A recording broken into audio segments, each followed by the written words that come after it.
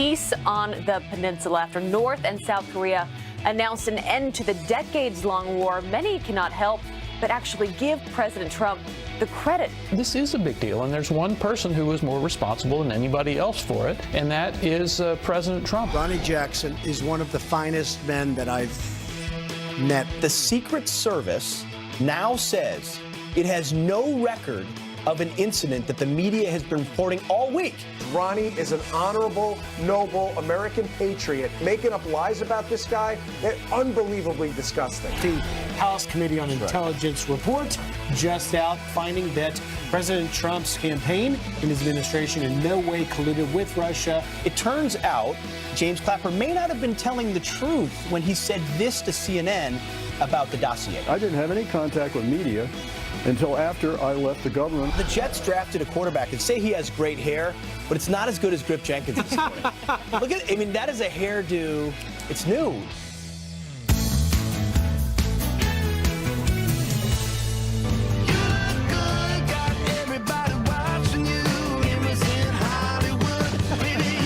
All right, the results are in, and this song goes out to our own Griff Jenkins because he is gracing us with a new hairdo this morning. You might think we would lead with this 243-page report. Nope, we're leading with the new do.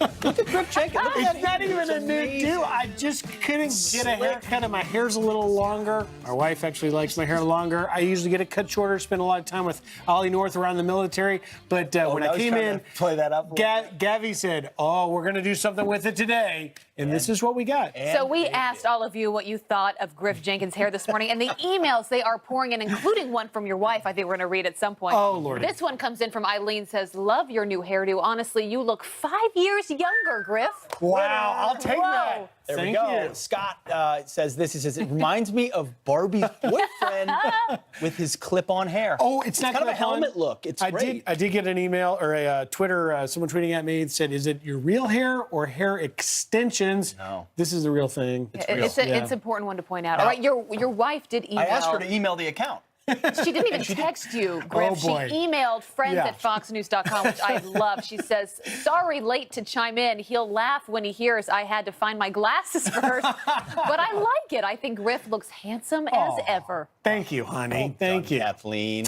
And of course, she gets me. I look 5 years younger, according to the other. You have a young spirit always, Griff. Yeah. So hair or no hair?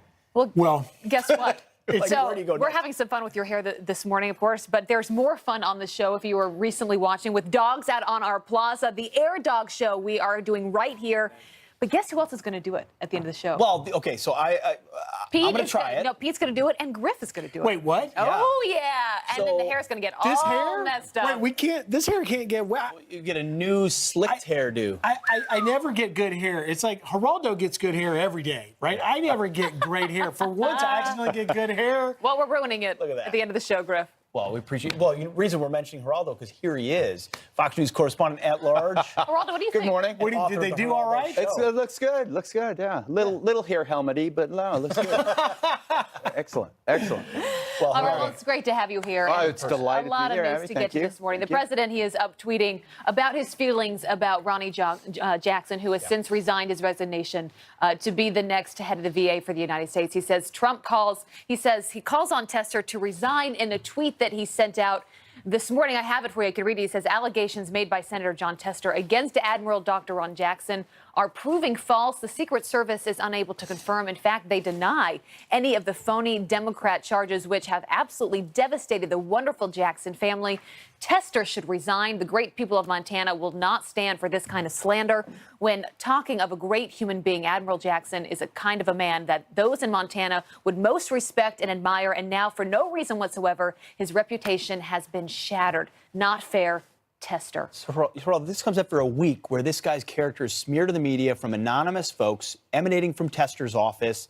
Have you ever seen it's a concerted political attack like this? Well, yeah, I mean, of course I you have, have. but I have, unfortunately, but this is a particularly egregious example, uncorroborated, anonymously sourced, and it turns out to be absolutely false. I mean, it is shocking. It was reckless.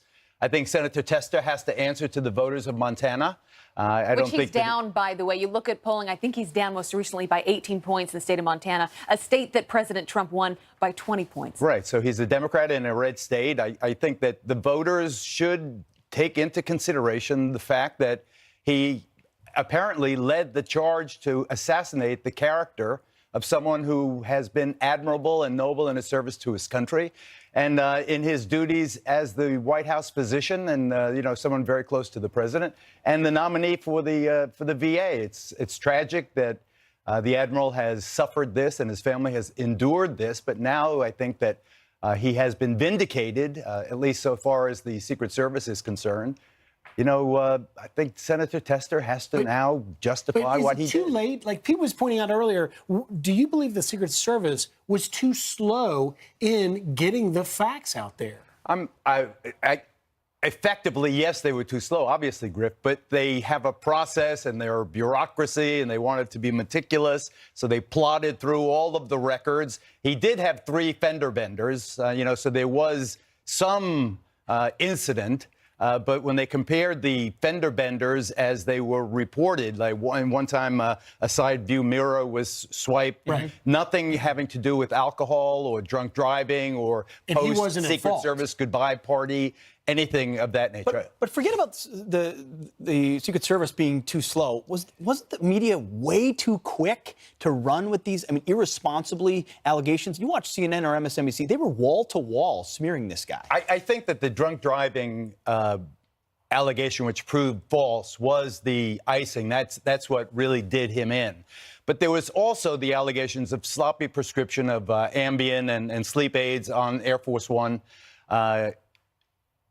As far as I know, everything the doctor has done in retrospect has been approved as sanctioned or as appropriate. So I think that this was a smear job. Whether the motivation was a political motivation or just sloppy, sensationalist grabbing of headlines, Tester being up for re-election, I don't know. That will become clear, and I think that the people of Montana will make that judgment. But it is a tragedy, and I don't think that his nomination will ever be resurrected. I don't know if he'll continue as the White House surgeon. I don't know if he'll still be the physician or whether his career ends on this melancholy note, at least with some vindication. Geraldo, it was a very busy week, and we all sat on the front row of history yesterday when you saw for the first time in decades Kim Jong-un with President Moon of South Korea shaking hands, planting a tree together between the two countries. And the question now is, what has changed over the past few months? And I want to play a montage because people are asking who gets credit for this. Why are we now seeing this happen? And here is a lot of the folks giving praise to President Trump for that. Even the media. Whatever the reasons to get us here, the optics sure look pretty good this morning. Is this a feather in the cap for Donald Trump? So I think the president deserves credit for getting us this far.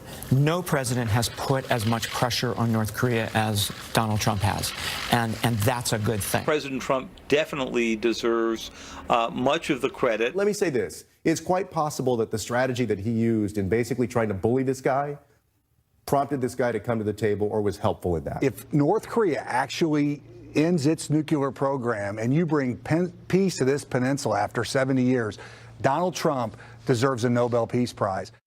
I Nobel agree with Peace that. Prize.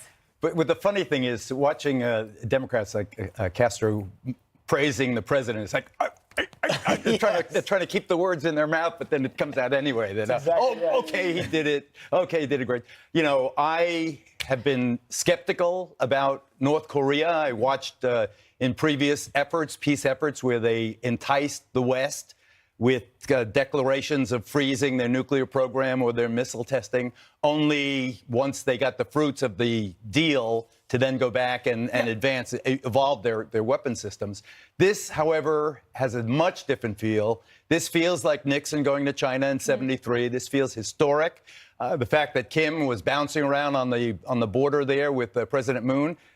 Here, the two Koreas joined, holding hands. The symbolism of these simple acts is so profound and so moving, given the fact that the hostilities theoretically ended 65 years ago, the Korean War, and yet they still have not had a peace treaty separating the How fast will those same Democrats, Joaquin Castro, who has certainly given him credit, and as I pointed out earlier, it's like acknowledging a car went off a cliff. You can look at it smoldering and say, that car went off the cliff. How soon will they criticize him? Because we know the devil is in the details, and it is what comes from this summit. There will be opportunities to say, well, you know, it wasn't enough, or it stopped short of denuclearization. How quick will they turn on him? I tell you, Griff, I don't like your metaphor of the car going off the cliff. I think that's much too negative. I'd rather see this as a rocket taking off. Maybe that's a bad metaphor, too, in this case. Or a good one. I think that if Kim meets President Trump, and if, as it appears, the deal seems to be hammered out by the Koreas, if our president meets Kim in wherever they are, Mongolia, I heard, or Sweden, wherever they meet, I tend to think they'll stay in the region. This could be the beginning of the end of three-quarters of a century of hostilities that have destabilized the entire Pacific Rim. And I think it's an advance forward, a historic moment. And I totally believe that if this happens, and there are really meaningful steps taken, that the President of the United States should be nominated for the Nobel Peace Prize. Would they do that? They gave one to Obama preemptively. Yeah, right. Would they actually give him If one? it was President Obama, he'd be like on his third or fourth by now. No, I would hope so. I hear the Nobel Committee has its own problems with sex harassment and the rest of it. We'll see. We'll see. But I think that this would be a wonderful, wonderful gesture on the part of the Nobel to say we're not just ideologues, that we really believe that people that advance the peace process deserve to be recognized. Don't hold your breath. Always good to have you with us. Thank you. And Thanks, you do have great hair, Geraldo. You Always. do.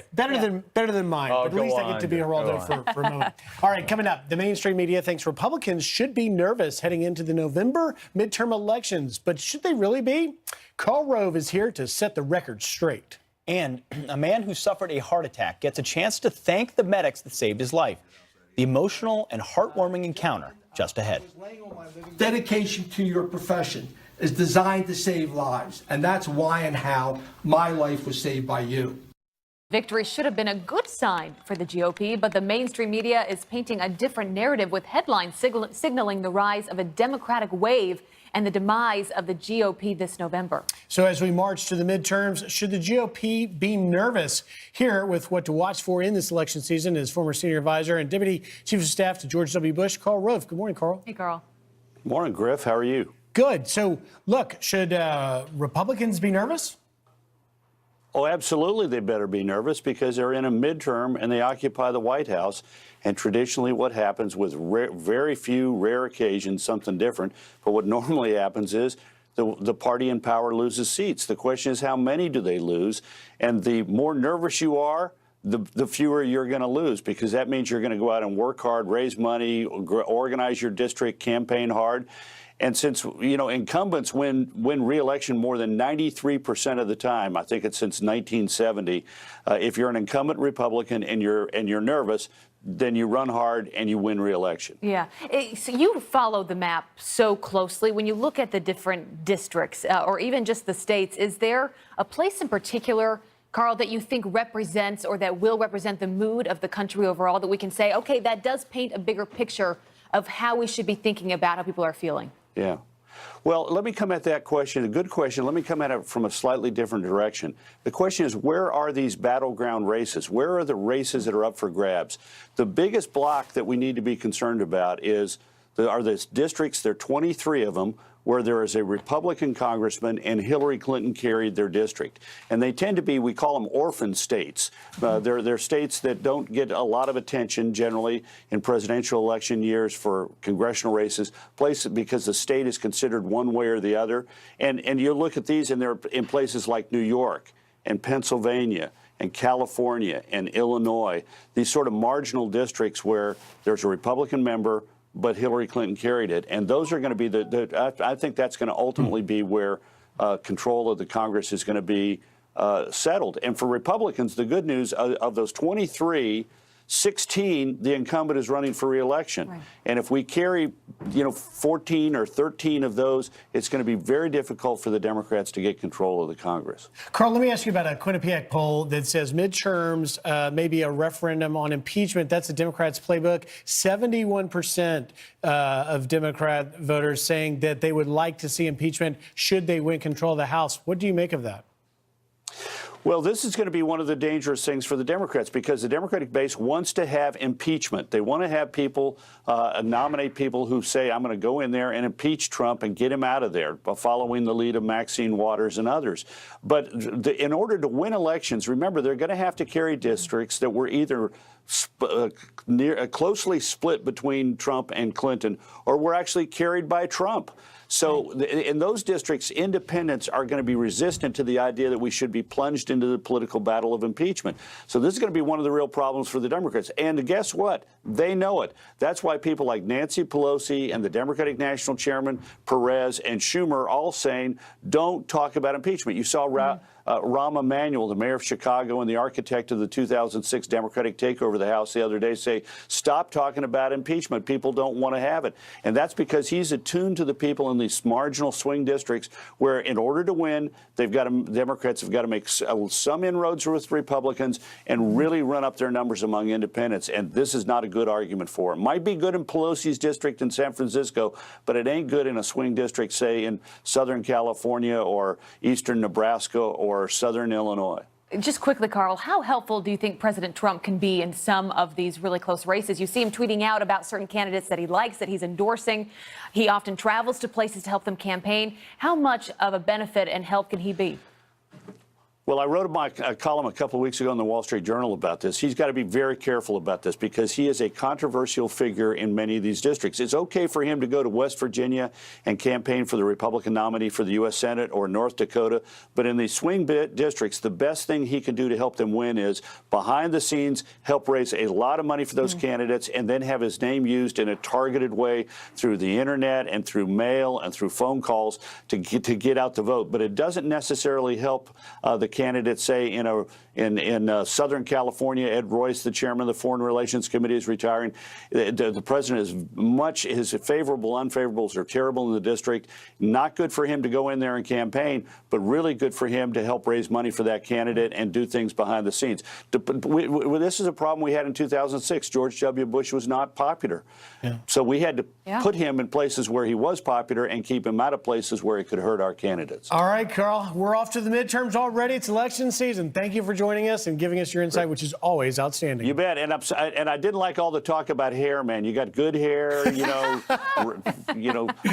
Thank you. Everybody had good hair, and I got none. So why did you bring me on this morning, man? I love it. Carl, we love you. Thank Thank you for being with us this morning. You bet. Thanks. All right, more Fox and Friends right after this. Fox News alert, a terminally ill toddler at the center of an intense legal battle has died. 23-month-old Alfie Evans losing his fight at the hospital 5 days after being removed from life support. Pope Francis tweeting, I am deeply moved by the death of little Alfie. Today I pray especially for his parents as God the Father receives him in his tender embrace. Little Alfie's story gaining worldwide attention after a UK court ruled against a last-ditch effort for him to receive medical care at a Vatican hospital, despite being granted Italian citizenship. Plus, the New York City Patrolmen's Benevolent Association outraged over the release of a convicted cop killer, Herman Bell. The parole board has lost their goddamn humanity to think that a murderer should walk their streets. I don't want a murderer in my damn neighborhood, nor do you.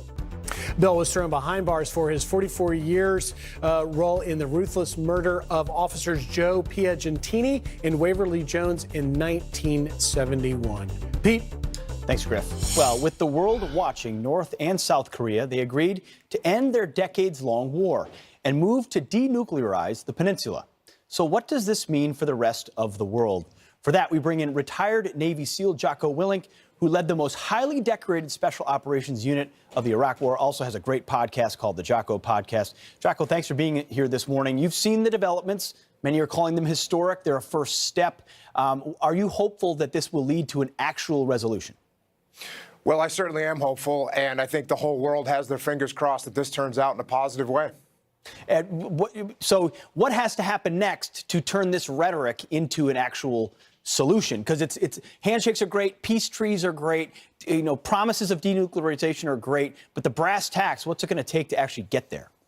Well, I think the biggest concern here is going to be egos on both sides, and I think people are going to have to put their egos aside and try and move forward. And I think all sides are looking to do that right now. So, again, I think only time will tell, but hopefully we get to a resolution, and the folks up in 25 million people in North Korea that live in virtual slavery will be freed from that, or at least make some progress. And I think this is a good opportunity for us to as well remember the incredible sacrifices that were made during the Korean War. One of the most brutal environments we ever fought in. So it's a great reminder, and the desire not to go back to that is why getting to the table, if possible, is so important. Here's what the president had to say yesterday about not being played on North Korea. Listen. I don't think he's playing. No, I don't think he's playing. And it's never gone like this. It's never gone this far. I don't think it's ever had this enthusiasm for them wanting to make a deal. And yeah, I agree. The United States has been played beautifully like a fiddle. Because you had a different kind of a leader. We're not going to be played. We will, I think, come up with a solution. And if we don't, we leave the room. Jocko, I understand it's not resolved yet, but how much credit should this president get for getting us to this point? Well, I think he definitely deserves credit. I think he came to the situation and negotiated from a position of strength. And anyone that knows anything about negotiation knows that negotiating from a position of strength is the way you have to do it. And I think he did a good job of that. I think it appeared to be a little bit too much strength to some people at some times, but I think that got the message across. Sometimes that's what it takes to get the message across. Speaking of strength, you just released the second Way of the Warrior Kid book. It's a super cool concept. It's called Mark's Mission, Way of the Warrior Kid. Now, I first became aware of this yesterday. My oldest son has read some of those Wimpy Kid books. I'm guessing this is the flip side of the Diary of a Wimpy Kid, the Warrior Kid. It is absolutely, and that's one of the things that made me write that book. I have kids of my own, and they were getting encouraged to be wimpy kids, and I didn't want them to be wimpy kids. I wanted my kids to be more like warrior kids. Now, that doesn't mean that they're going to be out there being aggressive and trying to make things happen their way. Actually, the opposite is true, and with the message of the book is that if kids are competent, if kids are strong, if kids are able to handle themselves, they'll actually fit much better into society and they'll have a better lives. And that's what the message of the book is. Well, unfortunately, our society so oftentimes reinforces the softer qualities, especially among our young boys. You're saying you want to stand up to those bullies, be prepared to do so, be respectful. Those are the types of values you're talking about in this book. Yeah, absolutely. And I see kids all the time, that start getting down the wrong path. They start playing a bunch of video games, and instead of getting out there and actually learning some martial arts or getting out there and exercises or learning how to study, all those things make people feel bad. And when kids are in the world and they don't feel confident, they really end up causing problems for themselves and sometimes, unfortunately, for other people. That's right. I'm always looking for dirty fingernails. That's a good sign of a kid out there doing something. Jocko, send me a couple of those books. I'm going to send you my address. I'm going to give them to my boys. I love it. Appreciate Absolutely, it. No problem. Thanks, The book is The Warrior Kid. Check it out. It's awesome. All right, well, TV host Mike Rowe calling out the problems in our education system. He says it's under attack from within. Is he right? Your emails have poured in. We're bringing them to you next. And terrifying moments on the racetrack. A car flipping several times after crashing. How did the drivers survive? Oh, we got one spinning. Dennis McMurray. Got it. Man, that thing is flipping, rolling. That car is junk.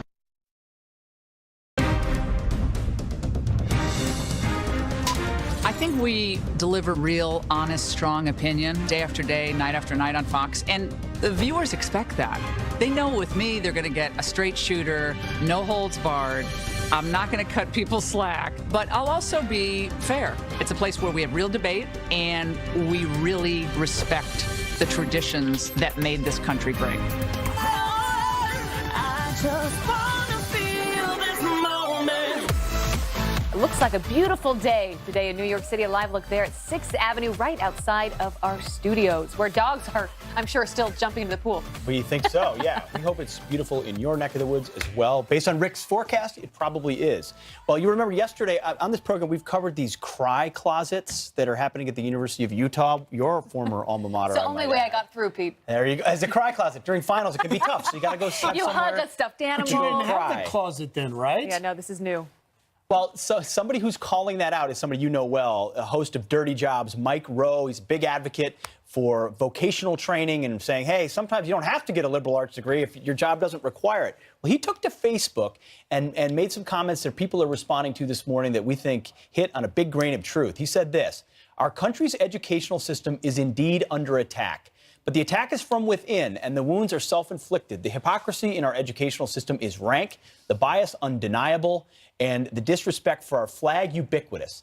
And the entire safe space culture, he goes on to talk about the safe space culture as well. I don't know if we have the other part of that graphic, but also came across as so refreshing, I think, at a time when parents are sending their kids off to school and they realize a lot of them aren't going to learn how to think, they go to learn what to think. And as Mike Rowe, I think, brilliantly points out, this issue is systemic. This comes from within, and this is a self-inflicted wound. Well, and it's hitting home. I have a nephew at the University of Utah right now. I have a daughter looking at colleges who will go to college in 2 years. But the viewers also have been impacted because this issue hits home. Here's one from Sue.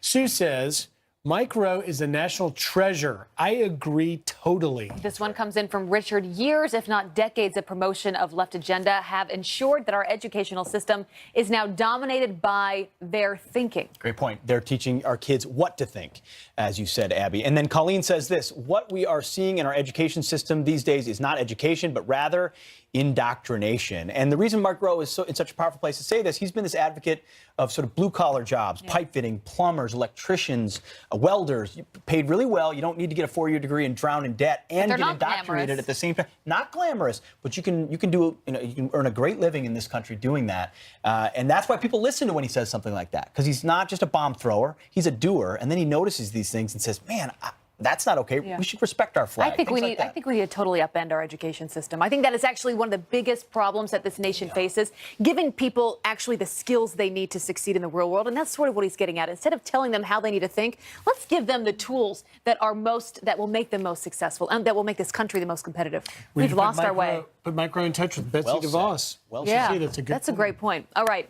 More to some other headlines now we are following. There's a lot going on. Starting with this one, the suspected Golden State Killer appears in court. You can see him right here, shackled to a wheelchair. That is Joseph James D'Angelo. He's charged with the 1978 murders of a newlywed couple after a 40-year manhunt.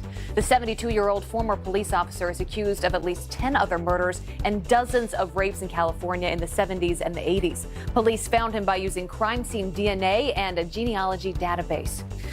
Also this, longtime NBC News anchor Tom Brokaw ramping up his defense after allegations of sexual misconduct. In an email to NBC staff obtained by The Hollywood Reporter, Brokaw writing in part, I am facing a long list of grievances from a former colleague who left NBC News angry that she had failed in her pursuit of stardom.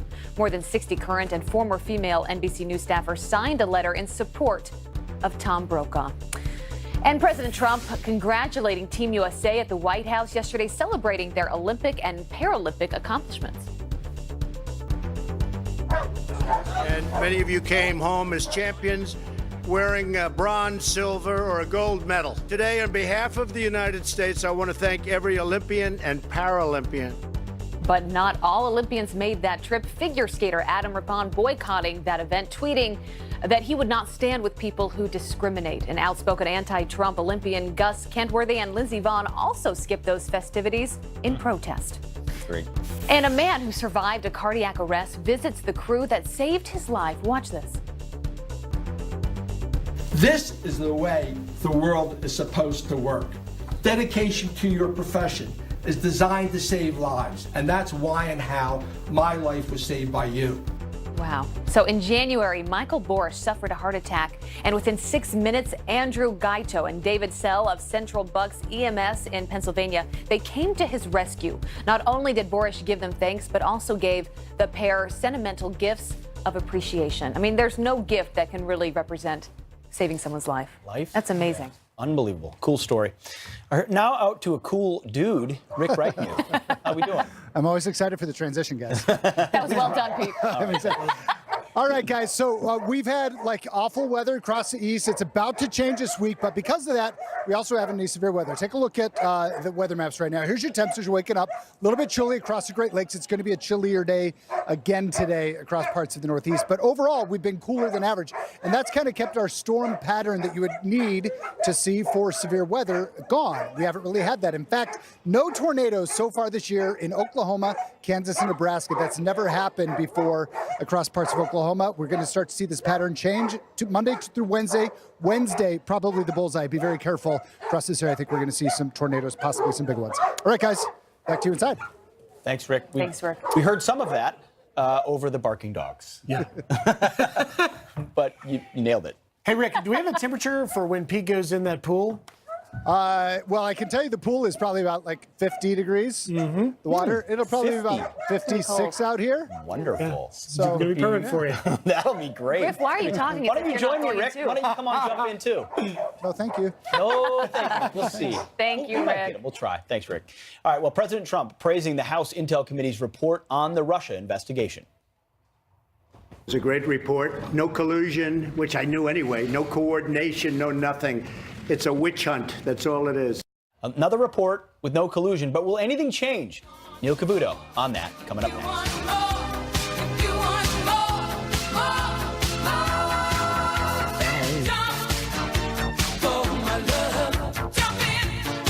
Some news by the numbers. First, 22. That's how many states are now affected by the E. coli outbreak.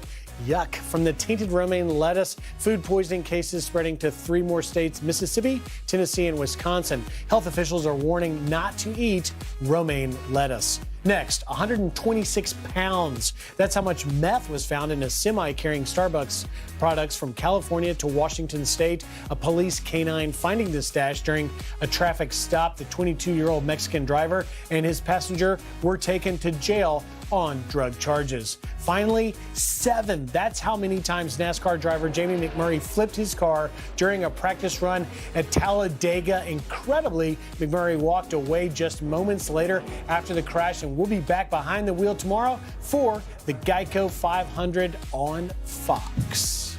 Excellent. Thank you, Griff. Well, President Trump praising Republicans for their House Intelligence Committee report on the Russia investigation, which showed no evidence of collusion. It's a great report. No collusion, which I knew anyway. No coordination, no nothing. It's a witch hunt. That's all it is. There was no collusion with Russia, if you can believe this one. Well, here to react, the one and only Neil Cavuto, the host of Cavuto Live, which airs right after this show at 10 a.m. Make sure you watch it. Good morning, Neil. Hey, Neil. Good morning, good hair friends. How's everything going? Neil, I will say you have great hair as well. Yeah, well, I can't even compare to you. I'm going to cling to it while I still have it. But, it's interesting when you talk about this committee report. It was largely expected going along partisan lines. The Republicans were going to put out a report like this. But they did detail a couple of things that they raised as issues, but in the end, at least to them, not big issues. These Russian contacts with some Trump campaign operatives. We're going to get into that with Devin Nunes, of course, the man who oversees that particular committee. But there's a lot of back and forth we won't know on this, guys, really until the Bob Mueller report is out. And it's not out, is it? Yeah, absolutely not. Well, the other big story I'd love your take on is North Korea. What is your reaction to that interaction yesterday, the first meeting in decades between the North and South, and how much credit do you think the president deserves on this? Well, he set the stage for it. I mean, we're going to criticize presidents if something is floundering abroad, so we might as well give him, a thumbs up if it's looking good. What I found so revealing this past week is a lot of the bromancing going on between Emmanuel Macron of France and the president, a lot of hugging there, which I'm fine. I'm a pro-hugger. I believe that is I don't want to go too far, obviously. But then take a look at what was happening between the North and South Korean leaders, as if they were hitting it off and laughing and joking with each other. You dip into my country, I'll briefly step into your country.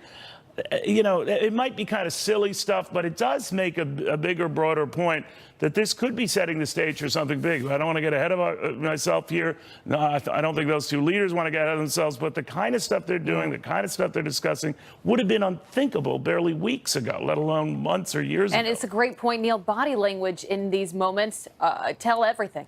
Yeah, Neil, Right. President Trump has just tweeted this morning. He is up. Here's what he said. We'll put that up. Just had a long and very good talk with President Moon of South Korea. Things are going very well. Time and location of meeting with North Korea is being set. Also spoke to Prime Minister Abe of Japan to inform him of the ongoing negotiations. So what would appear to be the case, Neil, is the commander-in-chief completely in the driver's seat on this issue. I just wonder where they're going to meet. I've Right. suggested the Poconos or the Catskills just to catch them off guard. But I don't know. It's probably going to be right when all is said and done, right at that demilitarized zone there. But it'd be interesting to watch. Could be. Well, Neil, who do you have on your show coming up? Well, again, talking a little bit about this tussle on the committee report that came out. Devin Nunes on that. Also talking to a number of Wall Streeters who are weighing the impact of a potential deal on the North and South Korea situation. And now this collective Wall Street view, they might be getting ahead of themselves. And on this, sometimes, that is a real risk, Abby, that much of the investigation stuff is behind us. It won't involve the president. So they're anticipating the markets hitting new highs because they think this whole political thing is over. We'll see. Amazing how quickly the markets go up and down based on the news we get with these investigations. I always say, Abby, they're not red or green. It's just red or blue. They're just green. Money, money, money. Yeah. They just It's a love great that point. money. All right, Neil, thanks very much. We look forward to seeing what Chairman Nunes has to say We'll about see you that in just a few investigation. moments, All Neil. right. Continued good hair day, guys. You as well. Thank you. All right, coming up on the show, the Ultimate Air Dogs are hitting the pool and showing off their tricks. So will Pete actually get in that pool? It's cold outside and it's even colder in the water. But he's thinking about it. I think he's changing into some workout clothes. Will it happen? You're going to have, oh, there he is. There he is. Stick around to see if he actually jumps in.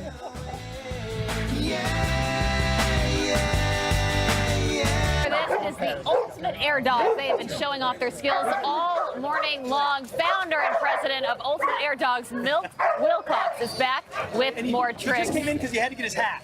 It's important. It's important. Make America great again, right? All right. How about with Fox News? Let's go get them, huh? Fox and Friends and all that good Love stuff. it. All right, tell us all about the show. Okay, so this is where dogs run down a dock and have fun. That's why your dog can swim, no matter if you're a Great Dane, which we have a Great Dane on. He's about 140 pounds. We got a Great Dane. Watch. And they make tsunami waves. Anybody with a dog, German Shepherds, Pit Bulls can jump. Anybody that has got a dog can come out, and we go all over the country and do this. Chihuahuas, little dogs? We have all little dogs. We have a Cairn Terrier that's here, little Emmy. She jumps. So we go all over the country. Who jumps the longest? What dog breed jumps the Right farthest? now, we have a dog here sponsored by Earthborn. Her name is Story. She's been our #1 jumper. She's a black lab for the last 6.5 years. By the way, dogs have sponsors now. They do. We have a lot of dogs that have sponsors. There's a lot of dogs. So we're going to see if humans can do this. Yeah, have you Oh, ever really? actually tried to do this? We have. You know what our record is? What is it? 17 feet. Oh, okay. Sounds like a challenge, Pete, Pete. can you do it? But we will measure you to the nose. To the nose. Okay. So you have to go head first. So I'll go head first. You have to toss it out there, Rick. You're going to toss it. Hey, Rick can throw. I've seen it. Got improvement. I've been practicing all Don't sell me morning short, long with Rick. the dogs. Don't sell me short. I'll take it back. I'm going to narrate this. Get up there. Here we go. There you go. Uh-oh. This is how you professionally narrate Pete jumping in the pool. Oh, They're I heading up cannot the wait. stairs. We got one getting more dog. on- Hurry up. Oh, wait, here's another one. Go. Pete, Pete, that's how it's All right, done. now we are getting ready. All right, Pete. Are you Pete, ready, are you ladies ready? and gentlemen? Ready. Here goes Go. Pete Hegseth Pete, and the Air Dog. He did not make it. Good job, though. Good job. He tried. How about a round of applause? How did you feel about it? Really? Is that a new record? 17 feet, No 7 inches. But Milt, he didn't catch it. Well, that's okay. You don't have to catch it. That's not one of our games Griff, right now. it's your turn. It's your turn. You got a Griff, suit on. Griff, Griff you're can do it in a next. suit. Come on. Do you think Griff should do it in a throw it to suit? you. Absolutely. All right, this is. Let's go, Rick. You Let's sure go, about Griff. this? All right. This is Griff Jenkins. Are Live. you throwing, Abby? We're going to do I got him. Abby's gonna. Is Abby Are throwing you it? ready? Abby, you throw it to Griff. Woo! Ready, go!